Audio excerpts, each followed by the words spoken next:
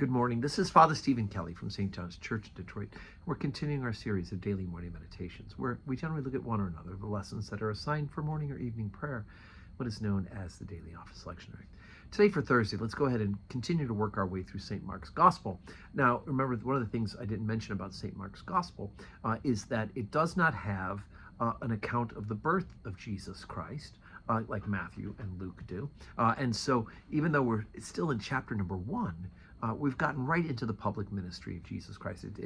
Mark's Gospel begins with Jesus's public ministry rather than any of the infancy narratives or the story of Jesus being found at the temple at the age of 12.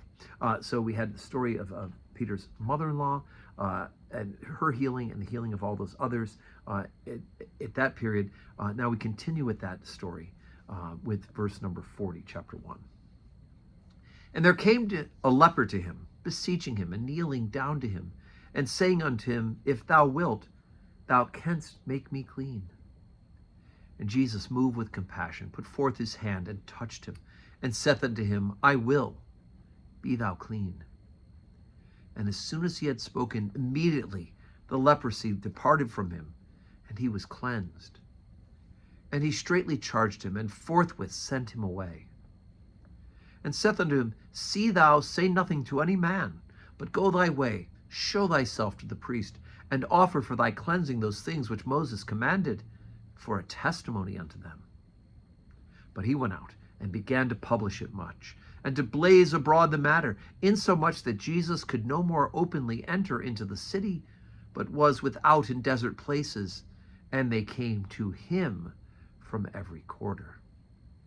Okay, so of course, leprosy plays a big part in the stories of the gospel, not only because it's a dreadful disease, but because it is a very public disease, and it's a disease of separation. What do I mean by that? First of all, it's a public disease. It ends up being a disfigurement of your bodily features, and there's a whole range of things today that would not be called leprosy that could be included in that, and sort of skin issue.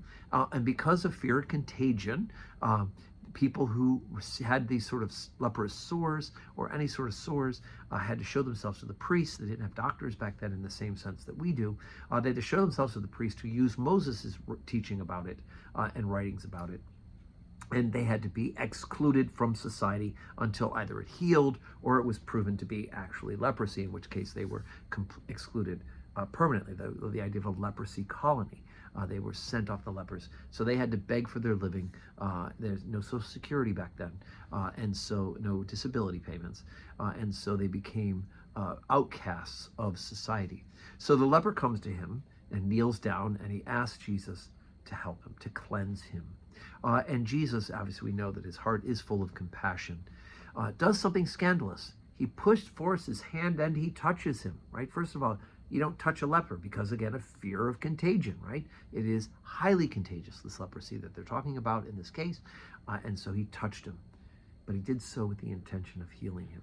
And he is healed immediately. And Jesus, being a good Jew, right? He was born in the covenant to fulfill the covenant.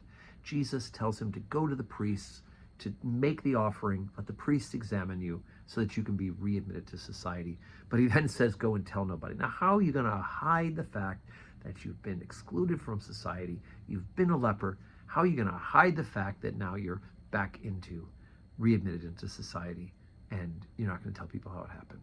And of course he goes. And so much so, because of the healing of his leprosy, and because of this man's insistence of what Jesus has done and publishing it abroad, in other words, telling people about it, because of that, Jesus can no longer go into the city because people are pressing upon him for help, that he has to go outside of the city and have the people come out to him so he has space in order to work.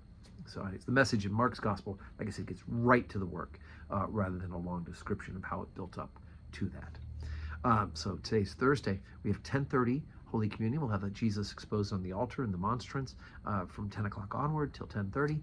So you can come and spend some time in adoration. And then right after 10:30 Mass, we also have the service of benediction, which is an additional 5 minutes or so of prayer and singing. So I hope that you can join us, and evening prayer at 4 o'clock. And may God grant you a Thursday that is full of blessings.